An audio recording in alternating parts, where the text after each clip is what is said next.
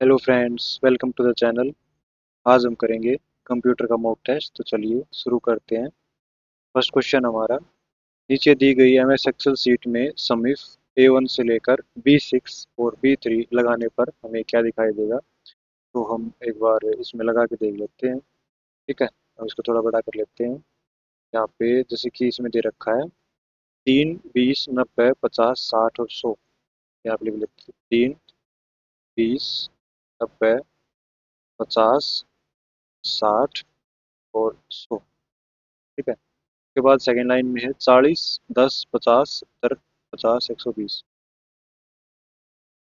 पे है 40, 10, 50, 70, 50, 120। यहाँ पे 50 हो गया और यहाँ पे हो गया। ठीक है,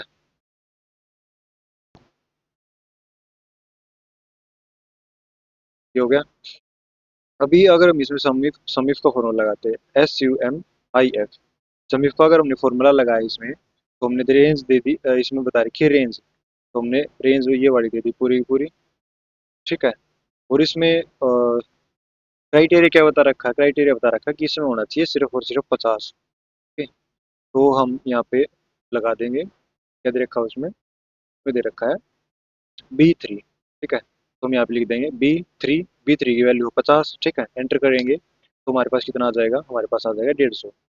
लेकिन इसमें गाइस एक गलती है, देखो यहाँ पे इसमें क्या लगा रखा है, सेमीकोलन लगा रखा है। अगर हम यहाँ पे जाके इसके अंदर सम के अंदर क्या लगा देते हैं, सेमीकोलन लगा देते हैं। इसको हटा के हम क्या लगा देते हैं, सेमीकोलन। एंटर करते हैं तो हमारे पास फॉर्मूले का एरर आ जाएगा। इसीलिए सेमीकोलन की बजाय हम यहाँ पर क्या लगाएंगे, कोलन वाला सिंबल लगाएंगे। ठीक है, और एंटर प्रेस करेंगे तभी हमारा 150 आएगा।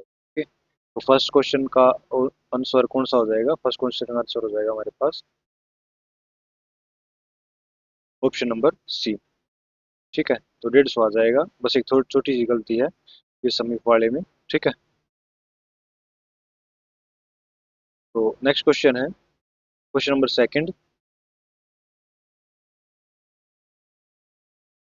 पे दे रखा विच स्टेटमेंट इज ट्रू और false about MS Excel. MS Excel के बारे में ट्रू और फॉल्स बतानी है। ठीक है, तो स्टेटमेंट फर्स्ट दे रखी है इसमें, pivot table is used to view, summarize, average and analyze large data in Excel। तो अगर हम देखते हैं इसके अंदर, यहाँ पे शीट 1 के अंदर जाते हैं। ठीक है, दिख रहा है। तो हमने इस टाइप का ये डेटा बना रखा है। ठीक है, तो अगर हमें क्या करना है, इसको इस चीज़ को समराइज करना है, मतलब इस टाइप में लेके आना हमें बिल्कुल छोटे से उसमें। ठीक है, तो हम क्या कर सकते हैं, हम पाइवट टेबल का निर्माण कर सकते हैं। ठीक, तो पाइवट टेबल का निर्माण इस टाइप से हो जाएगा, मतलब ये बिल्कुल छोटे अक्षरों में हो जाएगा। ठीक है, तो हमारा ऑप्शन नंबर फर्स्ट हो जाएगा। ठीक, उसके बाद आ गया in pivot table user can create report only through drag and drop, no formula use. तो यूजर जैसे कि हम इस पर क्लिक करते हैं तो यहाँ पे एक पाइवट टेबल आ जाती है इस साइड। तो अगर हम देखते हैं यहाँ पे एक इस टाइप का ड्रैग एंड ड्रॉप वाला सिस्टम आ जाता है। ठीक है, अगर हम इसमें कोई भी चीज़ ड्रैग एंड ड्रॉप करते हैं, यहाँ पे जाके हमने कर दिया, जैसे कि मैथ्स है इसमें, अगर मैथ्स को हम यहाँ से ड्रैग एंड ड्रॉप करते हैं तो कहीं पे भी आ सकता है मैथ्स। देखो यहाँ पे आ गया मैथ्स। ठीक है, टोटल आ गया। अगर हम इंग्लिश लेके आए तो इंग्लिश, मतलब ड्रैग एंड ड्रॉप इसके अंदर बहुत आसानी से हो जाता है। ठीक है, तो इसमें ड्रैग एंड ड्रॉप देखो यहाँ पे आ गया इंग्लिश और टोटल। ओके, तो ये वाला ऑप्शन भी हमारा ठीक हो जाएगा। ठीक है, तो सेकंड वाला ऑप्शन भी ठीक हो गया। तो हमारे पास दोनों ऑप्शन ठीक हो जाएंगे। ठीक है, तो ऑप्शन नंबर कौन सा आ जाएगा, उसमें नंबर आ जाएगा इसमें option number C. Okay, next question है question number third. The above chart is used in MS Word, so what type of इस चार्ट, तो इस चार्ट का टाइप कौन सा, तो इस चार्ट का टाइप है फनल टाइप का है। ठीक है, नेक्स्ट क्वेश्चन है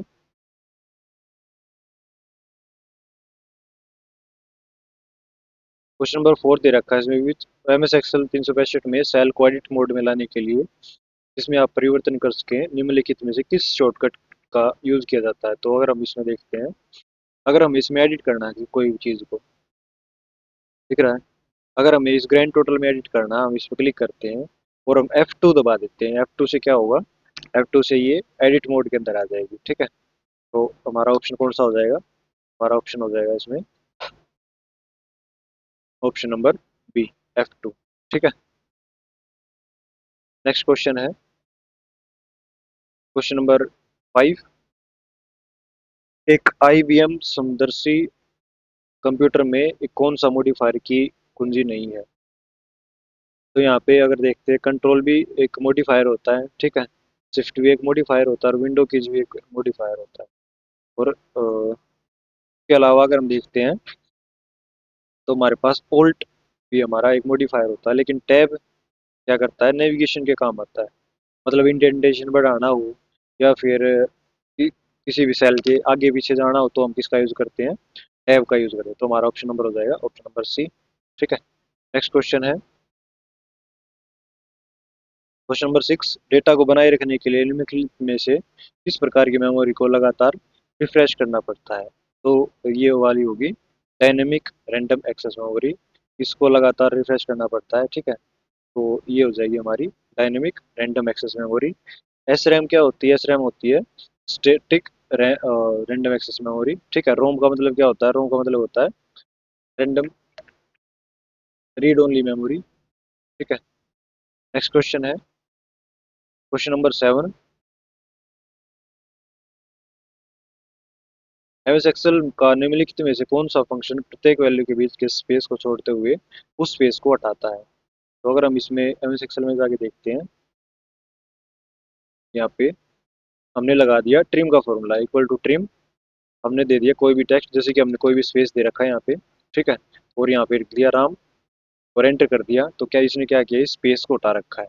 जो हमने स्पेस दिया था इसके अंदर, इस स्पेस को इसने क्या किया, इस स्पेस को इसने रिमूव कर दिया, ठीक है। ओके, तो हमारा ऑप्शन नंबर कौन सा हो जाएगा, ऑप्शन नंबर हो जाएगा इसके अंदर डी। नेक्स्ट क्वेश्चन है क्वेश्चन नंबर 8। निम्नलिखित में से कौन सा कथन सही है, ये हमें बताना है। इंटरनेट पर रिमोट लॉगिन करने के लिए टेलनेट का यूज़ किया जाता है। तो इंटरनेट पर रिमोट लॉगिन करने के लिए टेलनेट का यूज़ करते हैं, ठीक है। और इंटरनेट से जुड़े कंप्यूटर का आईपी पता होता है। तो ये भी हमारा ऑप्शन ठीक है और ये भी हमारा ऑप्शन ठीक है।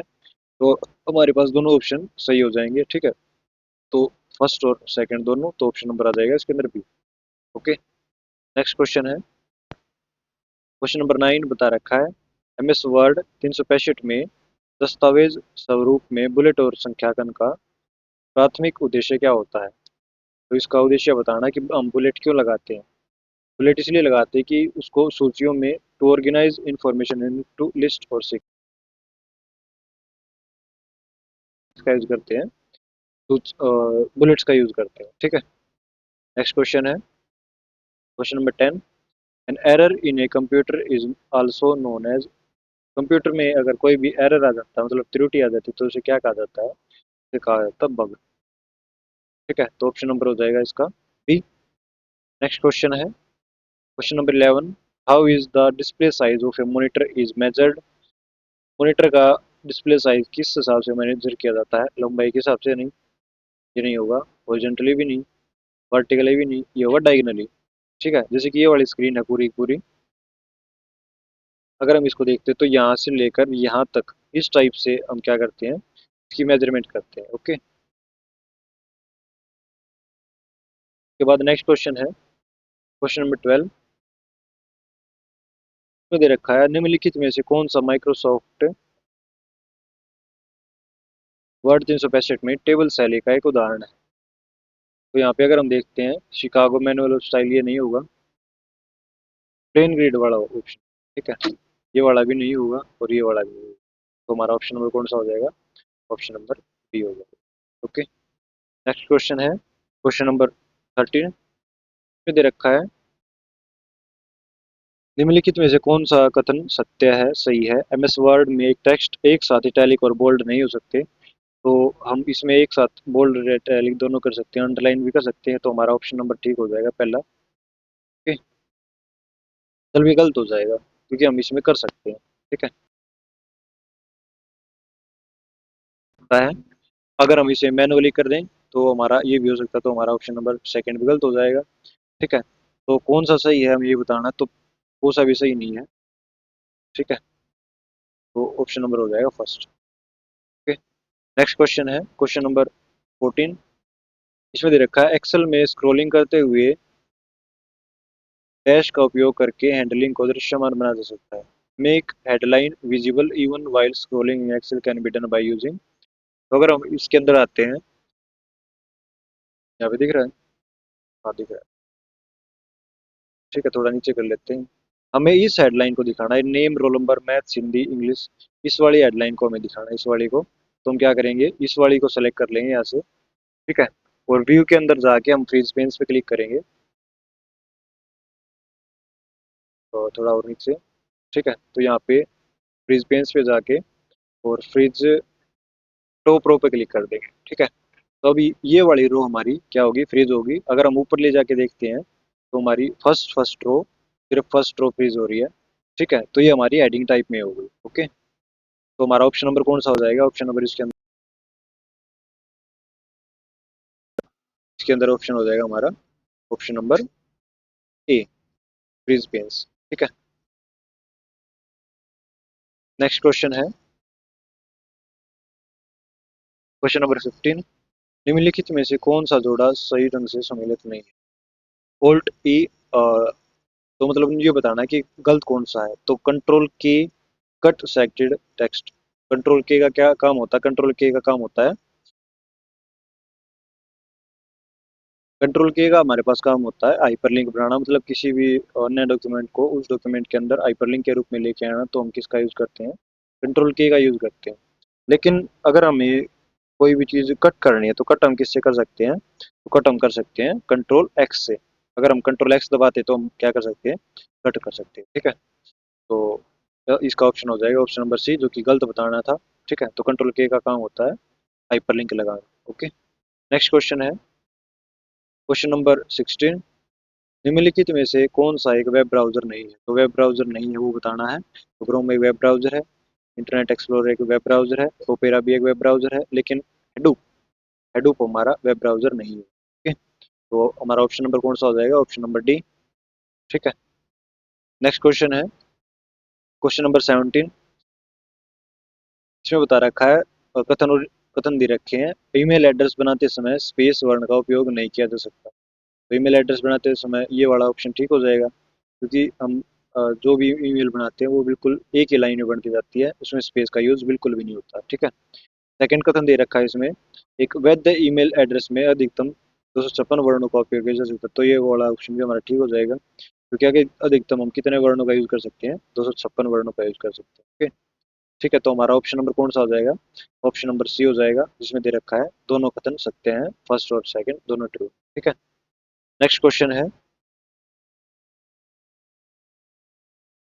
क्वेश्चन नंबर 18 दे रखा है, match the cyber crime given in column A with those given in column B. ठीक है, तो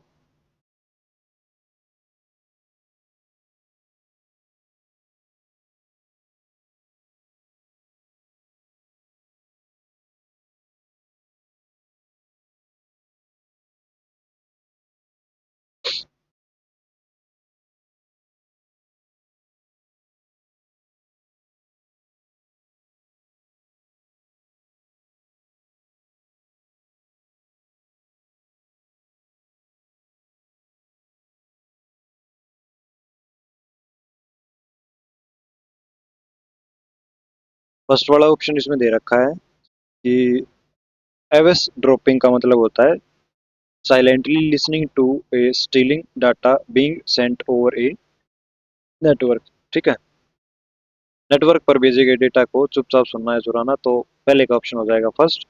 ठीक है, स्पूकिंग का मतलब होता है mimicking the identity of trusted source IP address, मतलब इसकी कॉपी करना किसी भी आईपी एड्रेस की। ठीक है, तो ये हो गया मिमिकिंग का, तो फर्स्ट का फर्स्ट हो गया और सेकंड वाले का फोर्थ हो गया। ठीक है, बोटनेट का मतलब होता है infecting and controlling a large number of computer simultaneously. तो बोटनेट का मतलब तीन हो गया, सी का तीन।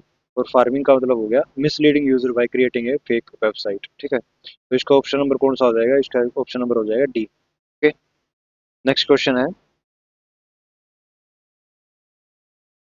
Question number 19। इसमें दे रखा है एमएस एक्सेल में यदि आप सीट में डाटा A1 से लेकर A1000 तक है और आप कीबोर्ड से A1 से A1000 तक की पूरी की रेंज को तेजी से सेलेक्ट करना चाहते हैं तो बिना माउस का प्रयोग करें तो कौन सा तरीका होगा। तो अगर हम इसमें देखते हैं यहाँ पे अगर हमें सेलेक्ट कर लिया ये चीज़, ठीक है, हमें इस और नीचे वाली दबा देंगे, ठीक है, तो जितना भी डेटा होगा उतना ही सेलेक्ट हो जाएगा सारा का सारा, ठीक है। तो इसका यूज़ किस लिए होता है, इसका यूज़ इसलिए होता है कि हम किसी भी टाइप का डेटा को सेलेक्ट कर सकते हैं, ठीक है, मतलब कितना भी डेटा हो हम इस सारे को डेटा को सिलेक्ट कर सकते हैं, तो ऑप्शन नंबर इसका हो जाएगा बी। ओके, नेक्स्ट क्वेश्चन है क्वेश्चन नंबर 20। निम्नलिखित में से कौन सा कंप्यूटर तीसरी पीढ़ी का कंप्यूटर है। तो इसमें से तीसरी पीढ़ी का कंप्यूटर एनियाक तो फर्स्ट का था, ठीक है, यूनिवाक भी फर्स्ट और सेकंड के बीच का था, एप्पल भी, ठीक है, ये वाला हो जाएगा IBM 360 जो कि थर्ड पीढ़ी का कंप्यूटर था, ठीक है, जिसमें IC चिप का यूज होता है, इंटीग्रेटेड सर्किट चिप का यूज हुआ था। ओके, तो अभी आ गया हिंदी का मॉक टेस्ट, तो चलिए शुरू करते हैं। इसमें दे रखा है निम्नलिखित गद्यांश को पढ़कर दिए गए प्रश्नों के उत्तर दीजिए। यहाँ पे शुरू में गद्यांश दे रखा है, अतीत के विषय में जानने की लालसा कब बढ़ जाती है। अतीत के विषय में जानने की लालसा तब बढ़ जाती है जब इसमें ऑप्शन दे रखा है भारतीय विद्वानों के पुनर्जागरण संबंधी विचारों को पढ़कर जाग जाती है, ठीक है, तो इसमें शुरू में ही दे रखा है यहाँ पे कि ये रहा, जब हम उसे पढ़े तो अतीत के विषय में जानने की हमारी लालसा बढ़ जाए, या ये दे रखा पुनर्जागरण पर इतना भरोसा, ठीक है। नेक्स्ट क्वेश्चन है क्वेश्चन नंबर सेकंड। इसमें दे रखा है जूतों की माला से किसका स्वागत किया गया था। तो यहाँ पे दे रखा है प्रांत में दयानंद को जूतों की माला से स्वागत किया गया था, ठीक है, तो हमारा ऑप्शन नंबर इसमें कौन सा हो जाएगा, ऑप्शन नंबर हो जाएगा ए। नेक्स्ट क्वेश्चन है क्वेश्चन नंबर थर्ड। बाद में कौन सी संस्था अत्यधिक पुरातनती होगी। बाद में कौन सी संस्था होगी, तो यहाँ पे लिख रखा है बाद में ब्रह्म समाज भी अत्यधिक पुरातनती हो गया, ठीक है, तो इसका ऑप्शन नंबर कौन सा हो जाएगा, इसका ऑप्शन नंबर हो जाएगा option number C. Okay, next question है, ये हो गया क्वेश्चन नंबर फोर। ब्रह्म समाज के संदर्भ में कौन सा कथन असत्य है। तो अगर हम थोड़ा इसको अगले वाले में देखते हैं, इसमें दे रखा है ब्रह्म समाज के संबंध में असत्य कथन है। सेकंड वाला ब्रह्म समाज की स्थापना दयानंद सरस्वती ने किया है। ब्रह्म समाज की स्थापना किसने करी थी, राजा राम मोहन राय ने की थी, ना कि दयानंद सरस्वती ने की थी। दयानंद सरस्वती ने तो आर्य समाज की स्थापना की, ठीक है, तो हमारा ऑप्शन नंबर कौन सा हो जाएगा, ऑप्शन नंबर इसके अंदर बी हो जाएगा, ये एक ऐसा तर्क है, ठीक है। Question number 5। इसमें दे रखा निम्न में से कौन सा विद्वान शास्त्रार्थ में हरा दिया गया था। तो निम्न में से कौन सा हरा दिया गया था, देखो ये लिख रखा दयानंद शास्त्रार्थ में हरा दिए गए, ठीक है, तो ऑप्शन नंबर कौन सा हो जाएगा इसके अंदर, ऑप्शन नंबर हो जाएगा D, Dayanand. Okay, next question है, ये भी हो गया क्वेश्चन नंबर 6। इसमें दिखा रखा इसमें से रक्तिमा में प्रयुक्त प्रत्यय कौन सा है। तो रक्तिमा में प्रयुक्त प्रत्यय कौन सा है, रक्त प्लस इमा, ठीक है, तो हमारा ऑप्शन नंबर कौन सा हो जाएगा, option number A, Raktima. Okay, next question है क्वेश्चन नंबर 7। श्याम बाजार जा रहा है, इस वाक्य में क्रिया का कौन सा प्रकार है। तो हमें क्रिया का प्रकार बताना है, ठीक है, क्रिया का इसमें कौन सा प्रकार हो जाएगा, इसमें प्रकार हो जाएगा कर्मक क्रिया। ओके, नेक्स्ट क्वेश्चन है क्वेश्चन नंबर 8। अंदर आना मना है, यह किस प्रकार का वाक्य है। तो इसमें आदेश दे रखा है, ठीक है, और मनाही भी कर रखी, तो हमारा ऑप्शन नंबर कौन सा हो जाएगा इसके अंदर, ऑप्शन नंबर ए वाला हो जाएगा, निषेध वाचक वाक्य। ओके,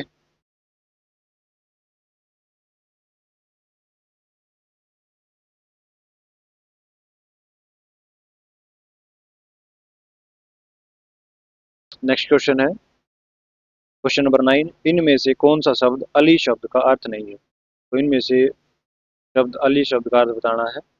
तो ब्रह्मर का और मतलब होता है, सखी का भी मतलब होता है और सहेली का भी मतलब होता है अली, ठीक है, तो इसका मतलब नहीं होता गले का आभूषण का मतलब नहीं होता अली, ठीक है।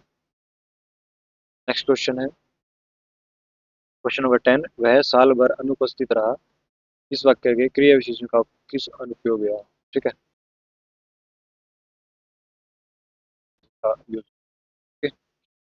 नेक्स्ट क्वेश्चन है क्वेश्चन नंबर 11, निम्नलिखित में से किस वाक्य में भाववाच्य है? तो लोग खुल कर हंस रहे हैं, इसमें भी नहीं है। ठीक है। रामचरित, ये भी नहीं है। वृद्धा आराम से नहीं बैठ सकते, ये भी नहीं है। और इसमें बता रखा डी, सर्दियों में रोज नहाया नहीं जाता, मतलब इसमें भाव दिखा रखा कि इसे ये काम किया नहीं जाता। ठीक है, तो हमारा ऑप्शन नंबर हो जाएगा डी। नेक्स्ट क्वेश्चन है क्वेश्चन नंबर 12, जिस पुरुष की पत्नी साथ नहीं है के लिए एक, जिसकी पत्नी साथ नहीं है तो वो होगा विपत्ति। ठीक है। नेक्स्ट क्वेश्चन क्वेश्चन नंबर 13, सालों बाद उसका प्रवासी पति लौटा है। इस वाक्य में कौन सा शब्द विशेषण है? तो इस वाक्य में शब्द विशेषण है प्रवासी। ठीक है, क्योंकि उसका पति है और वो प्रवासी है, तो ये इसका विशेषण हो गया। ओके। नेक्स्ट क्वेश्चन है क्वेश्चन नंबर 14, इसमें बता रखा है निम्नलिखित में से कौन सा शब्द तत्सम है? तत्सम का मतलब है जो शब्द व्याकरण में जो के जो आए हुए हैं उनसे संस्कृत में लिखे हुए हैं। ठीक है, तो हमारा सावन दिका है, सूरज भी हिंदी का है और बिच्छू भी हिंदी का है, तो यहाँ पे वृक्ष तत्सम शब्द है जो कि संस्कृत से ऐसे कैसे उठाया गया है। ठीक है। क्वेश्चन नंबर 15, नया दाना नया पानी, इस लोकोक्ति का क्या अर्थ है? इस लोकोक्ति का अर्थ है नई नौकरी होना। ठीक है, तो ऑप्शन नंबर इसका हो जाएगा ए। नेक्स्ट क्वेश्चन है क्वेश्चन नंबर 16, सही वर्तनी वाला शब्द बताना है कि कौन सा है। सही वर्तनी वाला शब्द होगा हमारा ऑप्शन नंबर ए, रूपरेखा। ठीक है। क्वेश्चन नंबर 17, क्वेश्चन नंबर 17 है नवरत्न शब्द में कौन सा समास है? तो नवरत्न शब्द है नौ रत्नों का समूह। ठीक है, तो नौ रत्नों का समूह कर्मधारय का नहीं होता, ये होता है द्विगु समास का। ठीक है, तो ऑप्शन नंबर हो जाएगा इसके अंदर ए। ओके। नेक्स्ट क्वेश्चन है क्वेश्चन नंबर 18, इसमें दे रखा है डैश निम्नलिखित में से कौन सा वाक्य सामान्य भूतकाल का वाक्य है? तो सामान्य भूतकाल बताना है। ठीक है, तो ऑप्शन नंबर इसके अंदर हो जाएगा 18वीं के अंदर ऑप्शन नंबर ए, वर्षा हुई।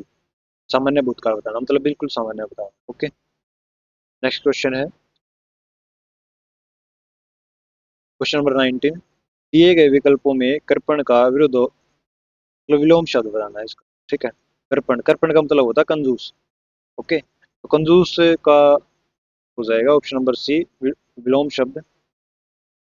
ठीक है, उदार का मतलब विलोम शब्द हो जाएगा option number C. Next question है क्वेश्चन नंबर 20, दिए गए विकल्पों में से सही का चयन कर रिक्त स्थान भरें। जम्मू कश्मीर एक उत्तर भारत का एक ऐसा राज्य है जहाँ पर्यटन की संभावना बहुत ही क्या है, प्रबल है। तो हमारा ऑप्शन नंबर इसमें हो जाएगा। ठीक है, तो यही हमारा ऑप्शन हो जाएगा। Okay friends, thank you.